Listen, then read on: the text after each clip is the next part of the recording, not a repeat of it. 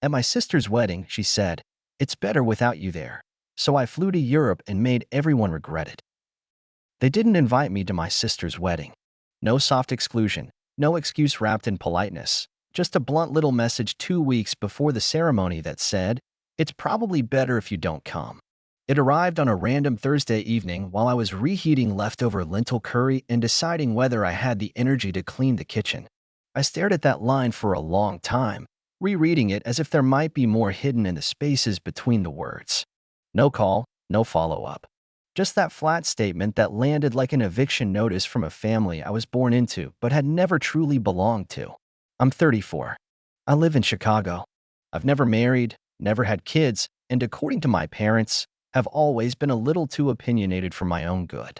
My younger sister, Nina, was the golden one, sharp, stylish, socially gifted in a way I never understood. The kind of person who could turn a lie into gospel with a smile and make cruelty sound like a compliment. We hadn't been close in years, and I'd long since stopped trying to force a bond that didn't exist. But still, I hadn't expected to be written out like a footnote.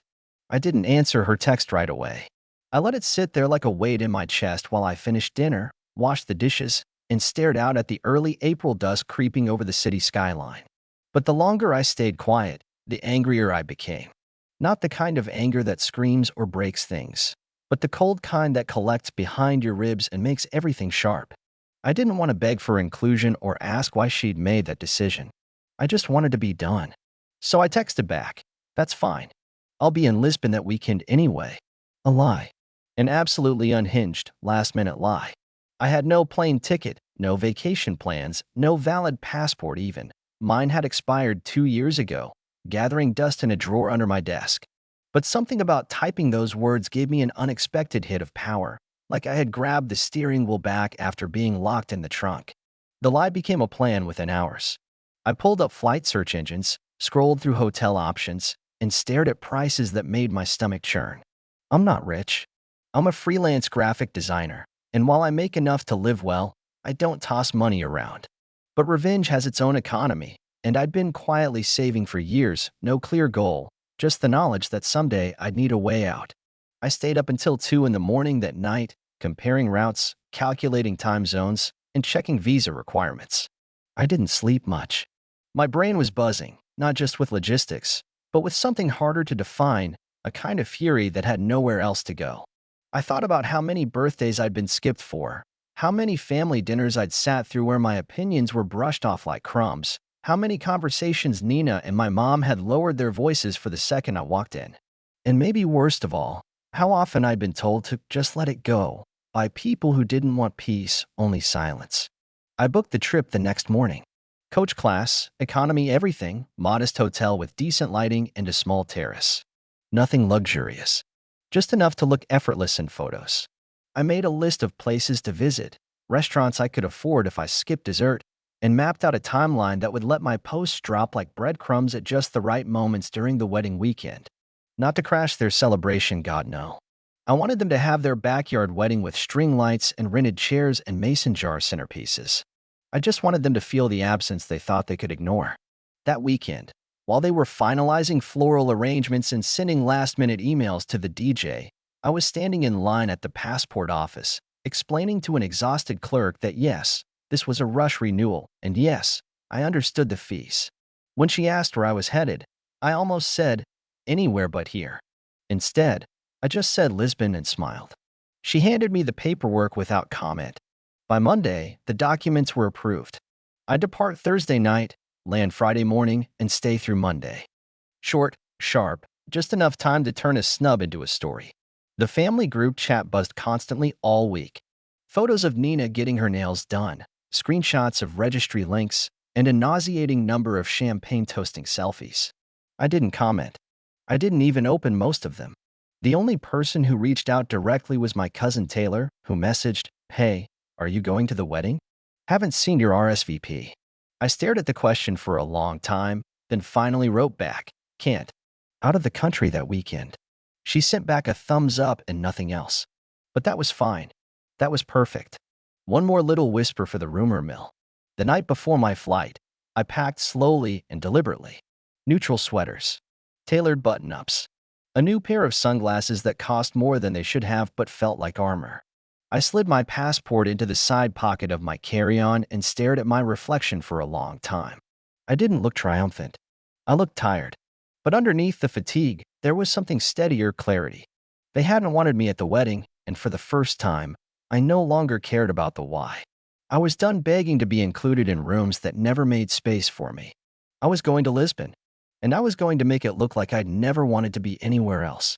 I landed in Lisbon early Friday morning, still groggy from the overnight flight, with my neck stiff and my feet swollen from the cramped economy seat. But the second I stepped into the cool morning air, everything else slipped away. The sun was soft, the sky pale blue, and the city around me buzzed with a kind of quiet that didn't ask anything from me. I stood at the airport exit for a few minutes, just breathing, not thinking about Nina, not thinking about what she'd told people about me, not thinking about the wedding rehearsal that would start in a few hours back home in Savannah. I just listened to the sounds of a city that had no idea who I was and didn't care either. My hotel wasn't extravagant, but it was just right, top-floor room, tiny balcony wrapped in iron rail, a view of crumbling terracotta rooftops, and a narrow alleyway below that smelled like bread and citrus. I dropped my bag, washed my face, changed into a clean shirt, and stepped out to begin crafting the illusion.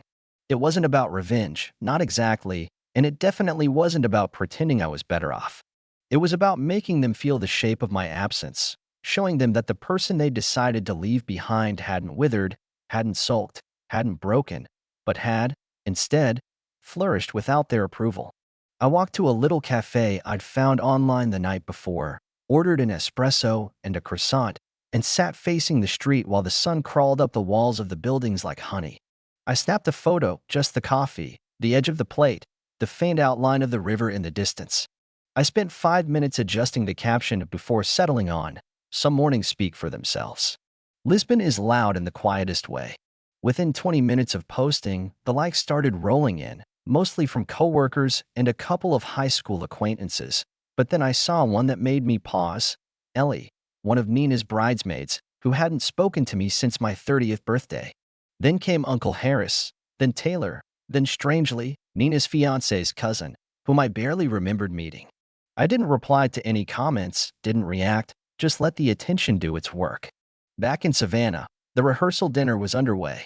My cousin Liam posted a blurry group shot of the wedding party gathered under fairy lights, everyone beaming, drinks in hand. I looked at it for a few seconds, scanned the faces, then closed it without a second thought. I wasn't going to match their energy, I was going to exceed it. That night, I booked a reservation for one at a quiet bistro known for its seafood. I took my time getting ready, ironed my shirt, chose a jacket that looked expensive even though it wasn't, and made sure the light in the mirror hit my face just right. I walked to the restaurant slowly, let myself enjoy the uneven stones beneath my shoes, the smell of grilled garlic trailing from the kitchen windows. Dinner was perfect, delicate fish, cold white wine, soft jazz leaking from the speakers. I asked the waiter, in broken Portuguese, to take my picture. He smiled, adjusted my phone just slightly, and took 3. I posted the best one around the same time Nina was likely giving her rehearsal speech, captioned simply, "Tonight's that ask for nothing and give everything." The photo caught the glow of the wine glass, the plate half finished, my hand resting on the table like I belonged there. Within an hour, the notifications were rolling again, but this time, there were texts too. "Didn't know you were traveling," came from my cousin Remy. "Lisbon? Looks amazing," from a mutual family friend I hadn't spoken to in years. But then there was a DM from Camille, another one of Nina's bridesmaids. "Wow, you really went for it, huh?" No follow-up. Just that. I didn't reply. Saturday morning arrived with bells ringing from a cathedral I couldn't see but felt everywhere. I stepped out onto the balcony barefoot, coffee in hand, wearing an old linen shirt that somehow made me look richer than I felt. Down below, Lisbon yawned itself awake. I thought of Nina slipping into her wedding dress, my parents posing stiffly for photos they'd later pretend I never belonged in, the toast that would go on without my name even whispered. And yet, I didn't feel bitterness or longing or some desperate ache to be included. I felt calm. Maybe for the first time in years, I felt like I didn't owe anyone anything. At 11 a.m. Lisbon time, I posted again, me seated at a white linen table on a rooftop restaurant, the Tagus River in the background, a half-finished plate of smoked fish, my sunglasses on the table. The caption read, "Some tables aren't worth fighting for. Others wait for you to arrive." I turned off notifications after that. The silence that followed wasn't empty, it was charged. I knew the picture would travel. I knew someone at the wedding would see it and say something, maybe nothing out loud, but I'd be there in their heads while they tried to pretend I was irrelevant. I didn't go out that afternoon. I stayed in, read, listened to music, and let the quiet swallow me. It felt like healing, like freedom I hadn't known I was missing. That evening, while I was eating dinner alone again, my phone buzzed with a message from Taylor. It was a photo from the reception, blurry and dim, of Nina dancing with her husband, the lights behind them golden and soft. In the bottom corner of the shot, a guest was holding their phone, and on the screen was my earlier post, clear as day, my plate, my hand, my table in Lisbon. They were watching me while they celebrated without me. I set my fork down and smiled. The plan was working, but more than that, I was beginning to understand that this wasn't just about the wedding anymore. It was about the way I had been erased slowly, over years, by people who claimed love but only offered performance. This trip had started as a lie, a defense, but it had become something else, a mirror I was holding up not just to them, but to myself.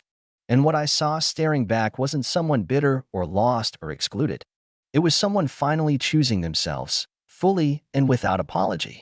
The morning after the wedding, I woke up to a wall of notifications that practically lit my phone on fire. Comments, tags, texts from people I hadn't spoken to in years, and a few from names I didn't even recognize. It was like the wedding had ended and everyone suddenly remembered I existed, or rather, remembered I hadn't been there. My post from the rooftop table had apparently made it halfway through the reception. That was the first surprise. The second was how many people couldn't stop bringing it up. The first message I opened was from my mother. Just a single line, stripped of any greeting or emotion, as if she couldn't bring herself to write more. "I wish you would have told us you were traveling. We could have worked something out." No apology, no ownership, just vague regret pretending to be concerned. I stared at it for a while, debating whether to even respond. I didn't. What was the point? She hadn't reached out when they planned the guest list. She hadn't reached out when Nina sent that cold little message. But now, when everyone could see I was gone, and more importantly, thriving, that's when she decided to act like it was some misunderstanding. The next message was a little more interesting. It came from Camille, the bridesmaid who had messaged me the day before with that passive-aggressive, "You really went for it." This time she wrote, "People keep asking where you were." Honestly, more than they asked about the food or the flowers. I read that twice. Then again, I didn't know what she meant to accomplish by sending it, but it landed like a gut punch, because it proved everything I had suspected. I hadn't been crazy. I hadn't imagined the distance or the rejection. I was never supposed to be part of that day, and they had only realized the hole I left when the whole thing was already collapsing in their hands. Then came the group chat messages. The family one, the one I'd been ghosting for weeks. Someone had posted photos from the reception, dancing, cake cutting, forced smiles all around. In one of the pictures, someone had commented, "Looks amazing." But wait, wasn't Caleb supposed to be there?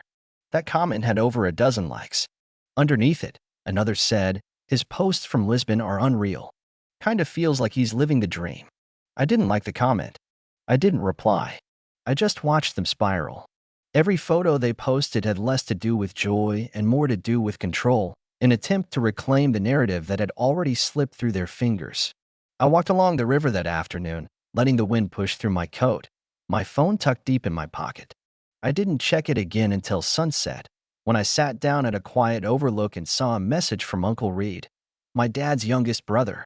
We hadn't spoken in years, not because of a falling out, but because he'd always lived on the edges of the family the way I had. The message was short. "Heard you were in Lisbon. Good call. Honestly, your absence made more noise than your presence ever could have." I read that one again and again. It was the first thing anyone had said that didn't feel like damage control or veiled criticism. It felt like solidarity. That night, I didn't post anything. I just sat on the balcony with a cheap glass of red wine, listening to the quiet of a city that didn't expect anything from me. For once, I didn't have to play a role. I didn't have to explain why I wasn't softer or why I didn't smile enough. or why I never seemed quite right for the family Nina always fit into so effortlessly. They had made their choice. They just didn't expect me to make one too. The next morning, I woke to another message, this one from Taylor. Are you okay? I think things got complicated. I didn't know how to answer that. I wasn't okay, not really. But I also wasn't broken the way they might have hoped I'd be. There's a strange power in being written off. Once you stop trying to be understood, everything becomes a little clearer. You start to see the space you once fought to fit inside wasn't shaped for you to begin with. Then Nina messaged me. No apology. Just, if you want to swing by Mom's tomorrow for the post-wedding brunch, you can. No pressure. I actually laughed. Out loud. As if she could toss me a scrap after pretending I didn't exist and expect me to jump for it. As if inviting me to the after-party of a party I was excluded from was some kind of generous gesture. I didn't respond right away. I closed my phone and went for a walk instead. I wandered through the narrow side streets, browsed a bookstore I couldn't afford, and watched a man play cello on a corner like it was the only thing keeping the city upright. Later that night, I finally typed out a response. Just 2 words. Can't make it. No emotion. No invitation for conversation.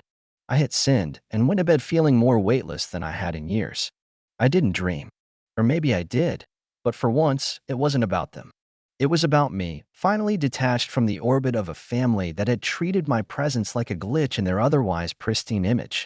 The next day, the group chat was buzzing again. This time the photos were from the brunch. Toasts, centerpieces, sunny smiles. But none of it looked real anymore. It all looked like people trying to prove something. Nina posted a photo dumped to Instagram. The final picture was of her and her husband holding hands, laughing. The caption, surrounded by the people who matter most. No tags, no mention of me. But the message was crystal clear. I didn't take the bait. I didn't post anything in response. Instead, I brewed a strong cup of coffee, stepped onto the balcony, and snapped one last picture. Me with my back to the camera, the city stretched in front of me, morning light catching the edge of my shoulder. Caption, silence, when chosen, speaks the loudest. Within an hour, 3 of my cousins unfollowed Nina. Within 2, I had 5 new followers from wedding guests I barely knew. I didn't need their attention. I didn't need their guilt. What I needed, what I finally had, was clarity. They hadn't just left me out of one day. They had been leaving me out for years. I had just finally stopped pretending not to notice. 3 days after the wedding, I was back in Chicago, but it didn't feel like coming home in the usual sense. It felt like stepping into a version of my life that had quietly evolved in my absence. The apartment smelled faintly of laundry detergent, and whatever scent clung to the carpet after being left alone for too long. I dropped my bag in the hallway, took off my coat, and opened the windows despite the cold outside.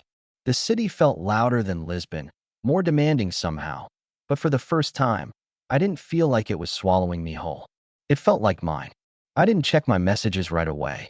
My phone had been buzzing during the entire flight, tucked away in airplane mode, its battery slowly draining like a wound left to close on its own. I made coffee instead, cleaned the kitchen, and unpacked slowly, placing souvenirs I hadn't planned to buy onto shelves that had always felt too bare.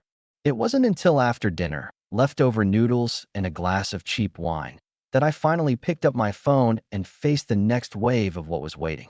The first surprise was an email, not a text, not a DM, but an actual email from my father, which felt so out of place it might as well have been written with a quill. The subject line simply read, "Let's talk."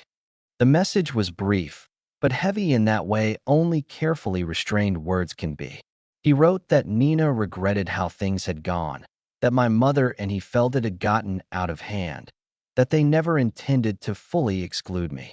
"We just assumed you'd prefer not to be there, given how distant things have been," he said, as if my distance had arrived uninvited, instead of being a direct result of years of exclusion disguised as formality. He ended the message with an invitation. They were hosting a small gathering next weekend, just family, a few friends, nothing formal. "It would mean a lot if you came by," he wrote. "Let's start over."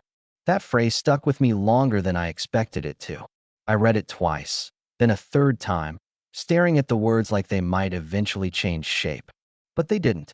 They just sat there, asking me to ignore everything that had already happened for the sake of convenience and appearances. That was when it really hit me, not just the weight of the message, but the story behind it. They hadn't thought I wouldn't notice the missing invitation. They had just assumed I wouldn't be missed. And when it turned out I had been missed, not quietly, not passively, but publicly and loudly, they'd panicked. It wasn't guilt. It was reputation management.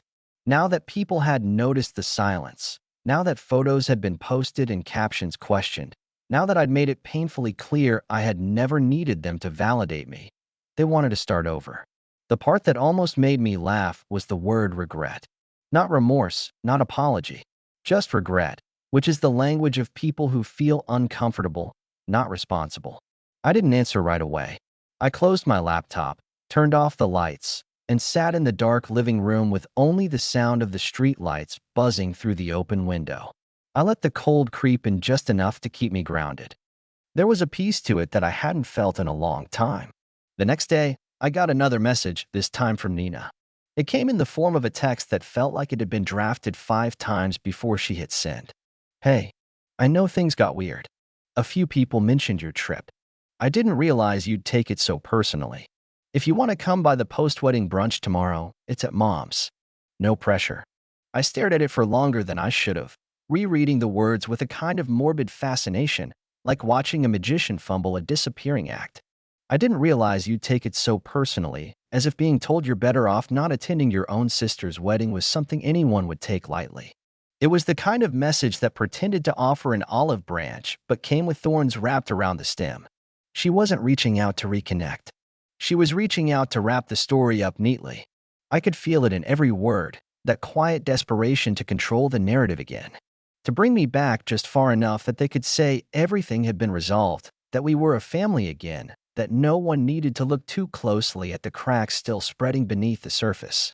I almost considered going, not because I wanted reconciliation, but because the image of me walking in with a tan, a Lisbon scarf, and a box of pastries was too perfect to ignore.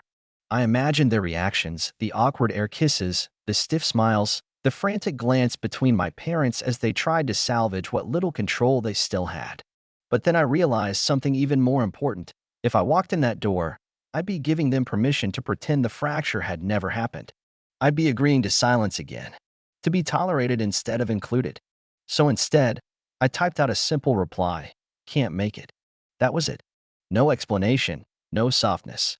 I put my phone on silent, made another cup of coffee, and sat by the window while the city moved around me. The air smelled like coming rain and dust from construction. It was noisy and imperfect and mine. For the first time, I didn't feel like I was missing something. I felt like I'd stepped out of something that had always been a little too tight, too scripted, too fake. The brunch happened without me. I saw a few pictures later, not because I sought them out, but because people sent them to me unsolicited. One came from Taylor, no message, just a picture of the table with Nina in the background smiling as if nothing had ever happened.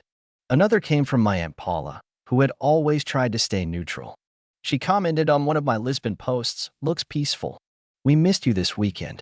I almost believed her. But then I remembered that peace doesn't come from people who only reach out after the damage is done. 3 days passed, and then something I hadn't expected happened. I got a message from Rachel, one of Nina's college friends who I'd always liked more than I should have. She wasn't family, but she had a knack for showing up at holidays with a bottle of wine and an honest smile, which made her presence more comforting than most. Her message was short but sharp. "Just so you know, more people were asking where you were than who made the centerpieces." I read it twice, then a third time. It didn't undo anything, but it did something else. It confirmed the thing I'd always feared and suspected but never had anyone say out loud. I wasn't the problem. I was just inconvenient. Too direct. Too unwilling to pretend. Too reluctant to play the smiling sibling for the sake of fragile egos. They hadn't excluded me because I'd done something wrong. They'd excluded me because I made it harder for them to keep pretending everything was perfect. And now, they wanted to patch over the silence with brunch and small talk like it never happened. That evening, I opened my father's email again. I reread it slowly, letting the words settle differently now that the dust had started to clear.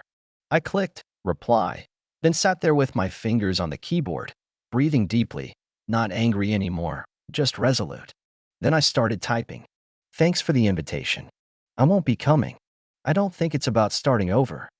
I think it's about finally admitting what's been true for a long time. We're different people. You don't have to apologize. I'm not angry anymore. But I've learned something you never quite taught me: boundaries. Enjoy the get-together. I'll be elsewhere, living my life, the one you never quite approved of, but one I've come to love. I hit send. Then I closed the laptop and didn't wait for a reply. After I sent that final email, I didn't check for a response. Not the next day. Not the day after that. I didn't hover near my inbox or refresh the thread like someone waiting for closure, because I had already given myself that. It wasn't about whether they read it or replied or even cared. It was about finally saying something for myself instead of swallowing another round of well-dressed erasure.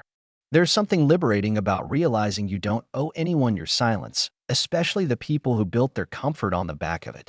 The apartment was quiet that week, but it wasn't the kind of silence that used to ache. It was the kind that left room for new thoughts. I cleaned my space from top to bottom, not because I needed to, but because I wanted to claim it with intention. I lit a candle I'd been saving for no good reason and opened the windows despite the cold.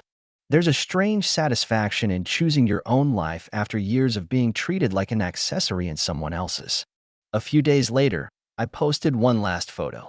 Not from Lisbon, not anything curated or dramatic, just me in my apartment, holding a chipped mug, the city behind me in soft morning light. No caption except, home again, and not missing a thing. That one hit different. Not because it went viral or earned more likes than the others, but because it was quiet and true and entirely mine. Within a few hours, I noticed 3 of my cousins had unfollowed Nina. A small, silent echo in a story that had been all about presence versus absence. That weekend came and went without another word from my parents. No reply to the email, no follow-up text, not even a passive-aggressive reaction on social media. I didn't expect one, and I didn't want one. The people who wait for you to break before reaching out aren't the people who deserve your repair. It was strange at first, living in the stillness without that ever-present ache of trying to belong, but then I realized something even more important: peace doesn't feel loud. It feels like finally breathing at a volume that doesn't hurt your own ears. The next message came from someone I never expected. Rachel again. This time, she didn't ask questions or offer secondhand commentary. She just wrote, "I don't know what happened exactly, but you look truly peaceful. I hope you keep that." That word again. Peaceful. Not dramatic. Not distant. Not cold. Just peaceful. It stuck with me the way truth often does, not loud, not obvious, just real. For years, I've been labeled too difficult, too honest, too blunt, too everything. But now, in the absence of those who'd drawn that image of me, people were finally seeing who I actually was. It's funny how fast a lie becomes the truth when you believe in it hard enough. I started this journey with one text about Lisbon and no intention of going. But by the time I boarded the plane, I wasn't faking anything anymore. I had gone to prove a point, but somewhere along the way, I'd proved something to myself. That I wasn't broken. That I wasn't the problem. That I wasn't lesser just because I didn't fit into their picture-perfect frames. I was just someone who needed a different room to feel whole. A few weeks later, I got an unexpected voicemail from Uncle Reed. Just his voice, casual as ever, saying, "You did what the rest of us never had the guts to do. Don't lose that. If you ever want to talk, I'm around." I didn't call back right away, but I saved the message. Some things are better when they come quietly, when they don't demand a response, just a moment to land. I think the biggest shift happened not during the wedding or the fallout, but in the small things afterward. I stopped bracing myself every time I got a family group message. I stopped translating passive-aggressive texts into palatable excuses. I stopped apologizing to myself for the things that made me different from them. And most of all, I stopped showing up in places I wasn't wanted just to prove I deserved to be there. I don't know if Nina ever really understood what she did, and I'm not waiting around for that realization either. Some people only measure regret by the reactions of others, and without a public scolding, they think they're free from consequence. Let her live with her curated memories and the echo of absence she created. Let them all sit at that polished table with a missing chair they still refuse to acknowledge. I didn't need to burn the bridge. I just learned how to walk away from it. And now, months later, I find myself smiling at things that used to make me wince: family photos, holiday plans, even passing comments about siblings and how close they are. Not because I'm bitter, but because I'm finally okay not having that version of closeness. I've found my own definition of family, built from people who ask how you're doing and actually want to know. People who show up without being prompted. People who make room for you at the table without asking you to shrink. And maybe most importantly, I've found a version of myself that isn't always waiting to be seen. Because I see him now. Fully. Quietly. Peacefully.